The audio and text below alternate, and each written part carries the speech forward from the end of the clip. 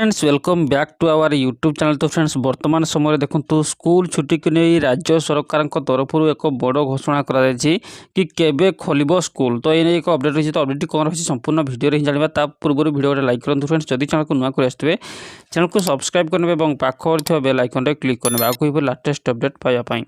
तो देखो वर्तमान समय जहाँ अपडेट रही कि आसंता 18 तारिख में सारा राज्य में खोलिबो स्कूल। समस्त घरोई और सरकारी स्कूल खोलने को निष्पत्ति होईछि। एने स्कूल और गणशिक्षा मंत्री नित्यानंद गौड़ सूचना देछंती।